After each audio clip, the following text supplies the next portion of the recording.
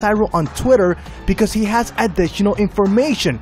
This preview image was not shown in the preview for at the end of episode 119 for episode 120, but this is real. So Gohan is at the front center, Vegeta and Goku in the back. What it seems like is happening here is that Gohan is telling them, you guys rest up, I'll take care of Universe 3 by myself. Now that makes sense because Goku is exhausted from all the fights that he's had to do. He is the MVP of the whole tournament right now with the most eliminations by one character. He has 7 eliminations, whereas Vegeta has 6 by themselves. Now Vegeta is going to be facing Jiren in episode 122.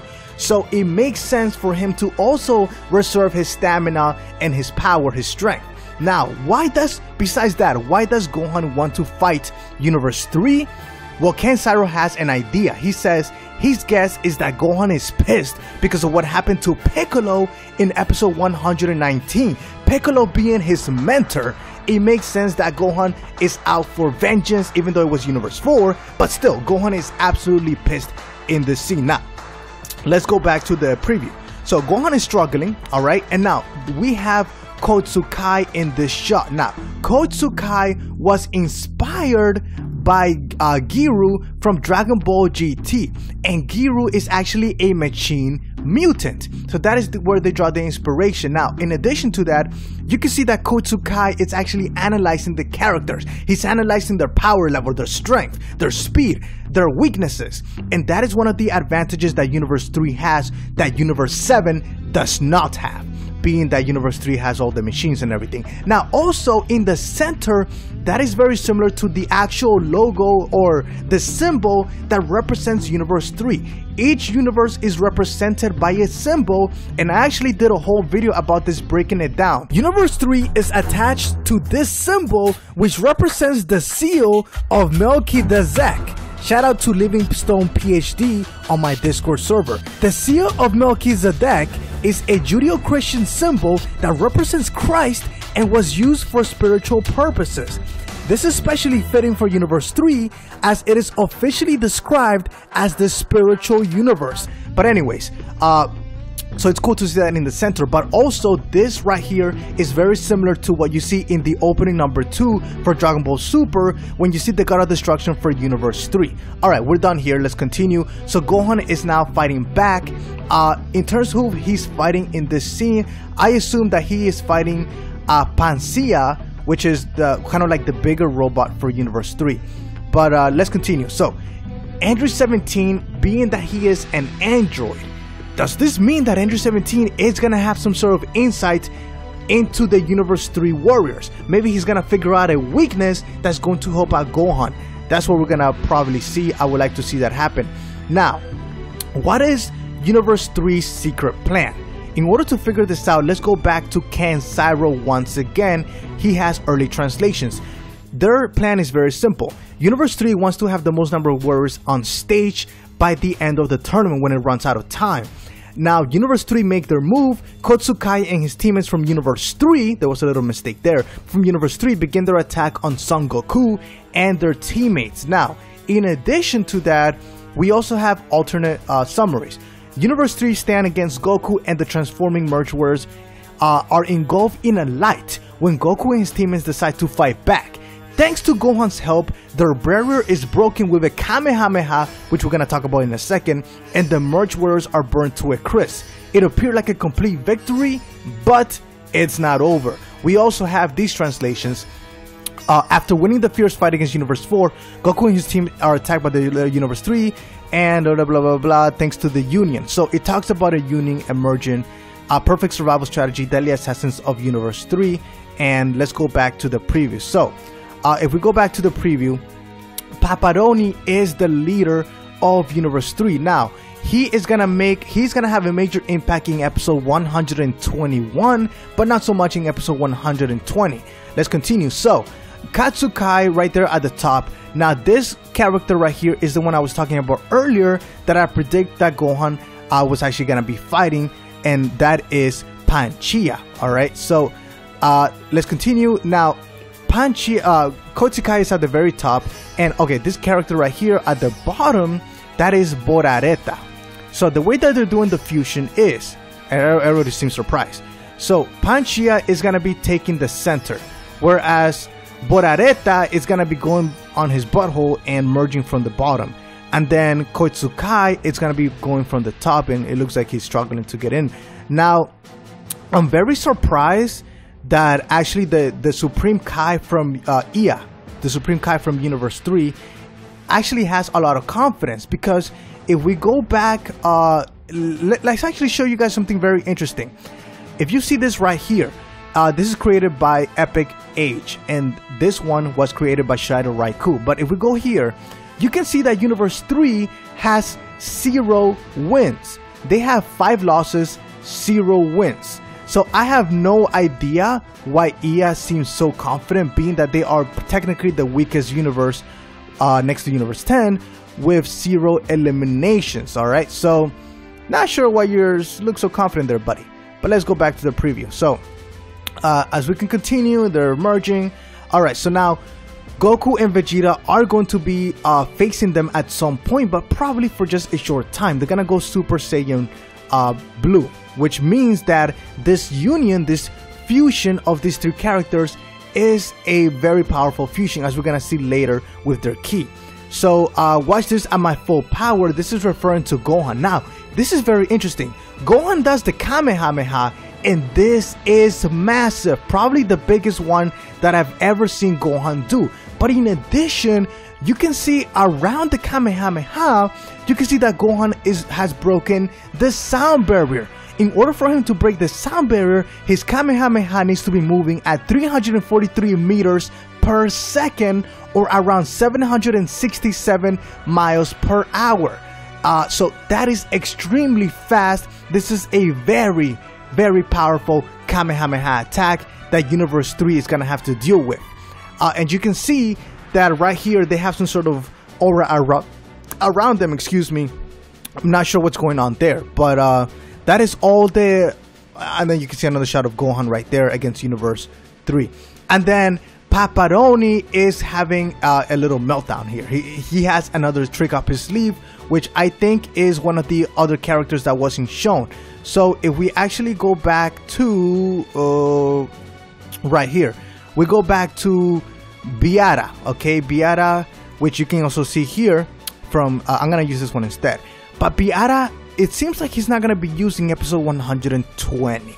So my guess is that he's gonna be used in episode 121, because if you go to episode 121, it says, thanks to Gohan's efforts, it appeared as if things have been settled, but then Universe 3's secret techniques burst through. A blast against Universe 3 also reaches its climax. Now, if we actually see some of the early titles for episode 122, you can see right here, I'm sorry, episode 121, All Out War, Ultimate 4-Way Union versus the entire Universe 4 versus Universe 7, okay? So the 4-Way Union, but of course here they changed the title to Battle Between Universe 7 and 3 reaches its climax. Now, in episode 120, you can see that it's only a 3-way union. So my prediction is that in episode 121, they're going to, in addition to the 3 characters, they're going to fuse with Biara. And that's going to create an even more powerful character.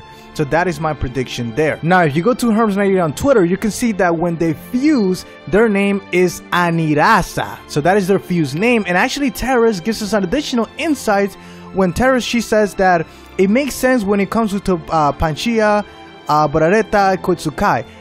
But when you actually add in Biara, then it doesn't make sense, which makes a lot of sense, because in episode 121, this name, Anirasa, is likely going to change to something else once they do the 4-way fusion.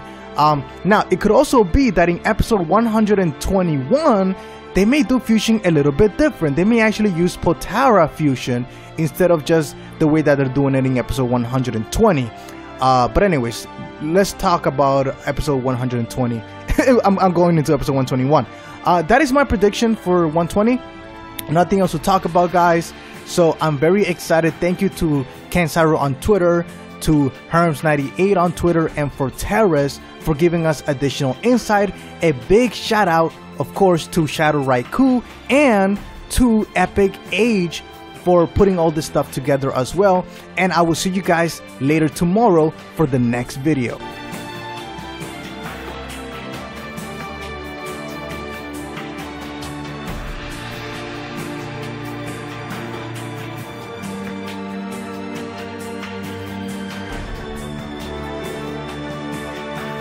Subscribe to Anime Live Reactions for more. Share this video with your friends.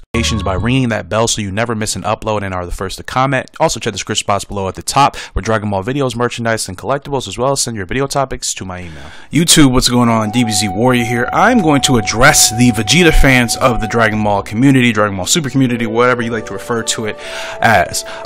Those of you that watch me know I love Vegeta. He is still one of my favorite characters. I want an honest answer from those of you who are diehard Vegeta fans more than me.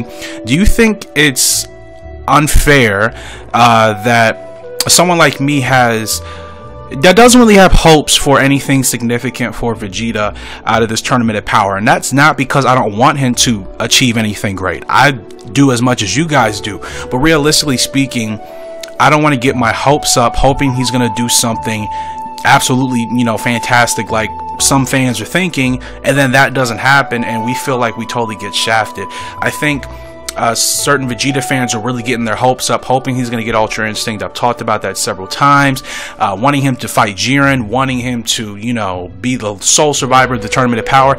I talked about it a couple months ago, back when he left the time chamber right before the tournament started. I was hoping that when he said that, he was going to be the sole survivor of the Tournament of Power, I was hoping that maybe there would be some truth to that. And quite frankly, we're not going to know until, the tournament is officially over and we see what actually happens. I would love for it. I think his character deserves it the most out of any other character currently in Dragon Ball Super. But one thing I don't want to do that I think I've done in the past is get my hopes up. Vegeta essentially is the underdog when you compare his character to Goku. He's always essentially portrayed as being second best, always being underneath Goku, not being as great as Goku. So quite frankly, that in itself makes fans appreciate and like his character more, besides the fact that Vegeta is just awesome in general and he does the things that Goku's character does not do. It's those things that obviously makes us gravitate towards Vegeta.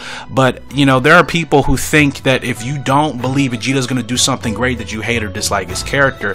I just feel the diehard Vegeta fans need to be realistic. I think certain people have their hopes and their expectations way too high for what is to come of Vegeta in these next 3 episodes, and if that doesn't happen to the extent that you want it to happen to, not only are you going to be pissed off, which I've seen comments say that, you're also probably going to resent Toriyama or resent Toei or just resent Dragon Ball Super in general because you feel that they're not giving Vegeta's character his credit where due.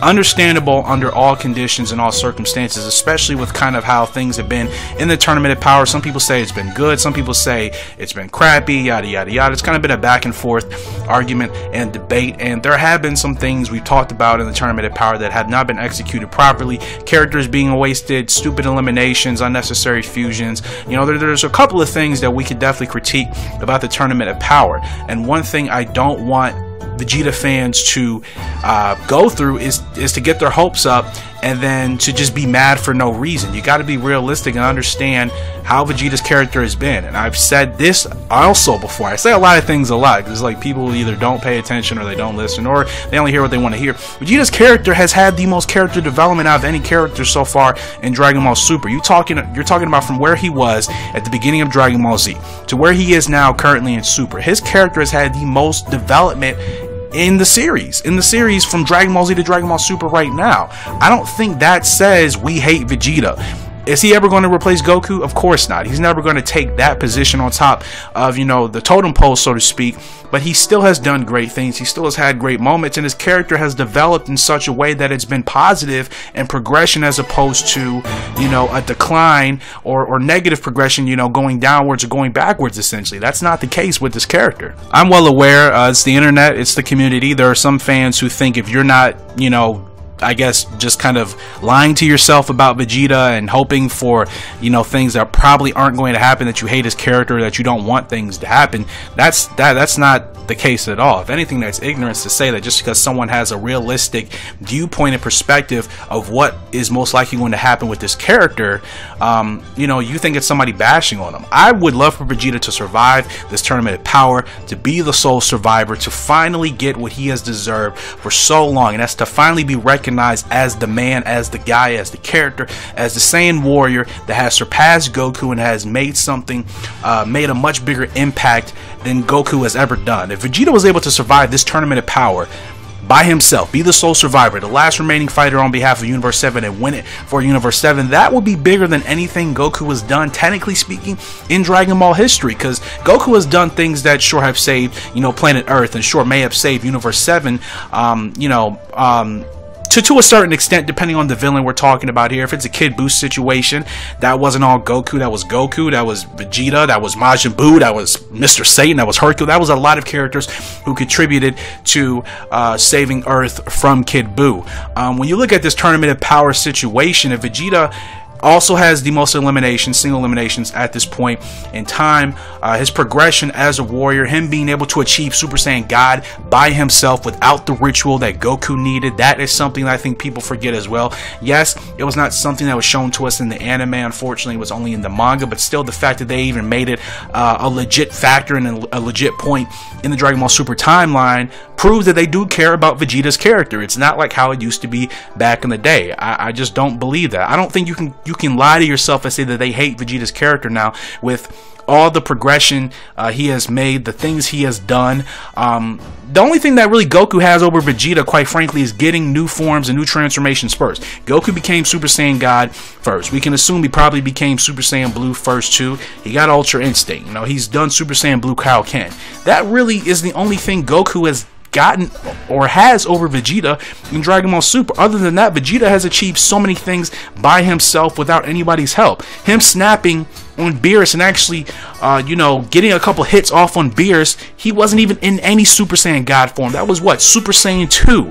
But his rage, his emotion of watching his wife get hit, pushed him beyond limits we never thought we would see, considering where we were at that point in the beginning of Dragon Ball Super. Becoming a god without the ritual, like I just said, and even being able to drive Goku Black back during that arc as well. Nothing new. He powered up, he used emotion and rage. That has been a really strong motivating factor for Vegeta's character, which is kind of similar to Gohan if you think about it. Gohan fights stronger and fights beyond his limits when emotion is really put into that. It's not to say Goku doesn't, but by far Vegeta and Gohan have benefited off of that more, I think, than anyone else.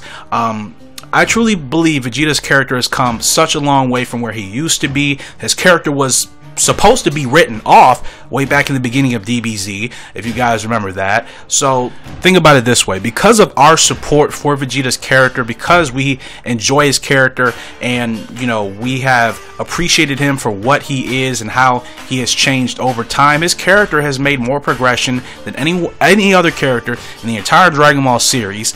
And that does not mean that he necessarily has to do everything that Goku does. There are people that still send me topics and questions in regards to Vegeta getting this like Goku and getting that like Goku. Vegeta doesn't need to follow in Goku's footsteps every step of the way. Sure, he wants things that Goku wants. He wants Ultra Instinct. He wants to, you know, be the strongest, obviously, that he can be, but he doesn't have to have everything that Goku has in order to make his character important, to make his character deserving of the attention, deserving of the praise that he should be. He does not have to follow in every single step that Goku does in order to have that same type of you know, notoriety within the Dragon Ball franchise. At the end of the day, I just think it's something important, because I see fans, I've been talking to, you know, some of you guys, and you guys are really kind of bent out of shape at the fact that Vegeta may get eliminated, that he may not get a new transformation, or whatever the case may be.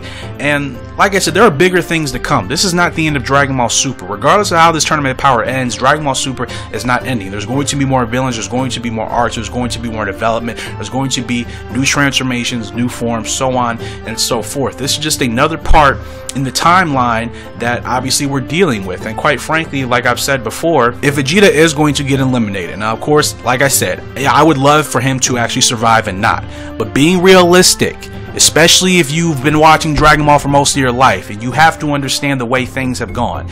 Being realistic, if he does get eliminated, I just want to make sure that he gets eliminated by a worthy opponent, not somebody that, like I've said before, does a discredit to his character. All in all, you basically have this decision. You can either have unrealistic expectations for him to do all these super great things, like gain Ultra Instinct in the Tournament of Power, beat Jiren somehow, be the sole survivor. You can have those unrealistic expectations.